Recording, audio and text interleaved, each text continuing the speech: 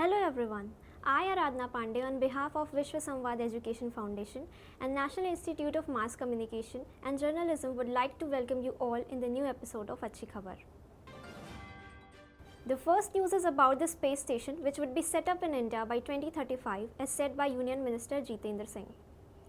Union Minister Dr. Jitendra Singh highlighted India's emerging leadership in the private space industry with a Rs 1,000 crore investment in 2023 alone.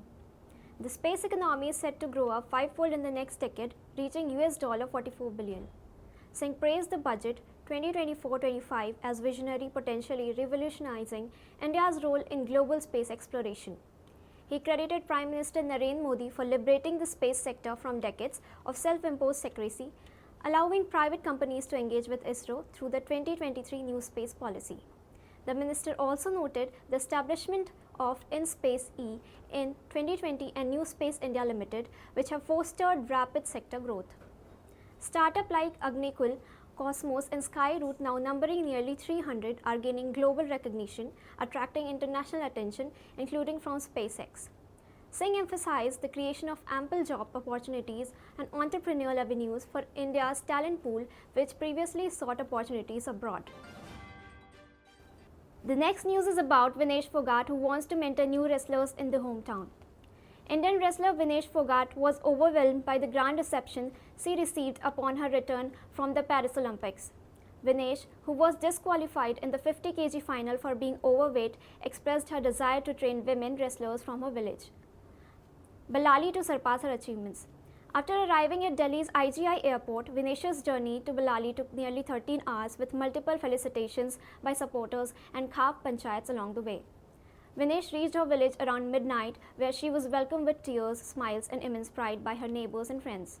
In an emotional address, Vinesh expressed her wish that future wrestlers from Ballali would outshine her. She urged the villagers to support women wrestlers and vote to share her knowledge with them. Vinesh also reiterated her commitment to continue fighting against the Wrestling Federation of India. The next news talks about the impactful journey of 72-year-old woman. In a tragic turn of events, 72-year-old Ms. Kavita Rajkumar Goyal was found unconscious in her home on the morning of August 15. She was immediately rushed to HCMCT Manipal Hospital in Dwarka, where doctors worked tirelessly to save her life. Despite the best efforts of the medical team, a CT scan revealed that Ms. Goyal had suffered a massive brain hemorrhage. Tragically, she was declared brain dead on August 16th at 10:10 p.m. Following this heartbreaking news, Ms. Goyal's family was approached about the possibility of organ donation. After careful consideration, they decided to donate her organs, giving hope to others in need.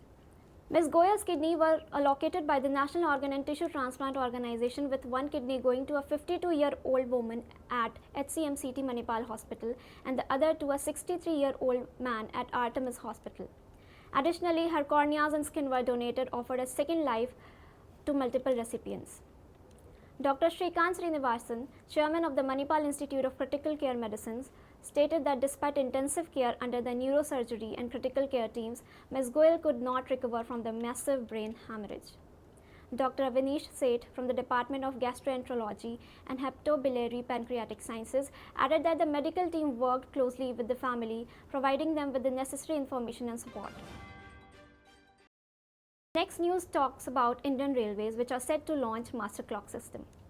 In a significant development, the Indian Railways is set to introduce a Master Clock system to synchronize time across its entire network, addressing critical issues in accident investigations.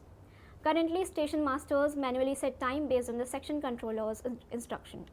A high-level committee, in coordination with the research designs and standard organization, is finalizing the system's architecture, where a prototype of the system is expected to be demonstrated by Gandhi Jayanti, October 2. Currently, zonal railways across India rely on various systems and sources for timekeeping, often leading to discrepancies that complicate accident investigations. The new Master Clock system will eliminate these issues by providing a unified time source for all applications and systems involved in train operations. A high-level committee coordinated by the Railway Board and the Research Design and Standards Organization is finalizing the architecture for this Master Clock system. The time will be sourced from India's NAVIC system or the National Physical Laboratory. Next news is about Lord Krishna's musical tale arrives at Bandra Culture Fest in conversation with writer Prasoon Joshi and composer Sachin Jigar. Veteran lyricist Prasoon Joshi reflects on how Lord Krishna is perceived differently across India, sharing that while he was raised in Uttarakhand, where Krishna is often celebrated as Kanhaiya, he has also come to appreciate Krishna in his form as Srinathji. This difference in perception is highlighted by composer duo Sachin Jigar, who as devoted Krishna followers have grown up surrounded by the tales of Srinathji. Joshi elaborates on the diversity of Krishna's portrayal in literature, explaining that poets like Meera, Tulsidas and Surdas each offer unique perspectives on the deity. Joshi underscores that these differing portrayals are not contradictory, but rather reflective of the complex and multifaceted nature of Krishna.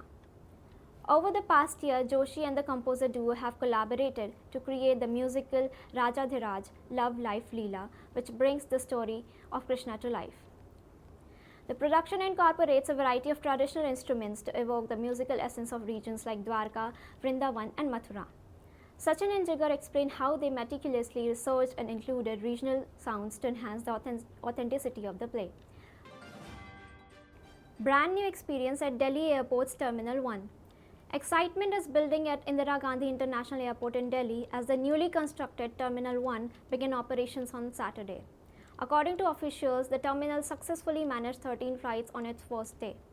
Delhi International Airport Limited (DIAL) had previously announced that 13 SpiceJet flights would be transferred to the new terminal from other terminals.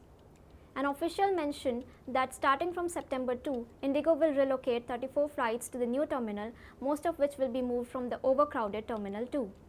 The new terminal building combines arrivals and departures in a single structure, providing more than double the space of the previous terminal, which had separate sections for these functions.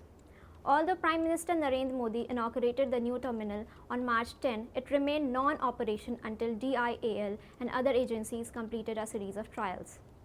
DIAL began expanding terminal in 2019 after a significant rise in air traffic and passengers number exceeded projections. The expansion was intended to prepare the airport for future growth.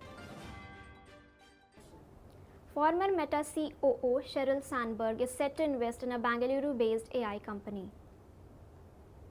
Former Meta COO Sheryl Sandberg is making headlines once again with her latest investment in India's booming tech landscape. Sources reveal that Sandberg is participating in a $7 million funding round for Bangalore-based Gen AI startup SimplySmart. This marks her second known investment in the Indian market, showcasing her growing interest in the country's rapidly evolving tech scene. SimplySmart, founded by BITS Pilani alumni Amritanshu Jain and Devansh Ghatak, is gaining traction for its high-speed inference engine that helps customers deploy generative AI models across various cloud platforms. The funding round, led by Excel, comes after the startup previously secured investment from Titan Capital, Shastra VC, and First Check.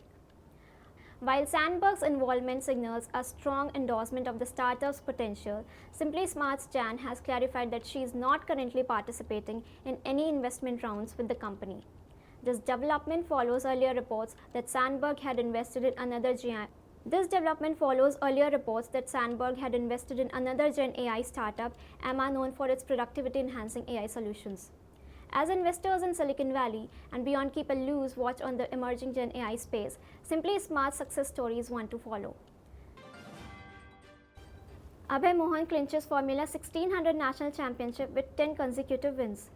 Bangalore's 16-year-old Abhay Mohan secured his first national title by winning the prestigious Formula 1600 National Championship after 10 consecutive victories in the MRF MMSC Indian National Car Racing Championship, which concluded on Sunday. The 2022 Junior National Karting Champion made a successful transition to single-seater racing this year, demonstrating his skill with an impressive all-win streak up until the penultimate race of the final round. And with that, we are wrapping up today's episode. We'll be back with some more Acchhi Khabar. Till then, stay tuned. Thank you for watching.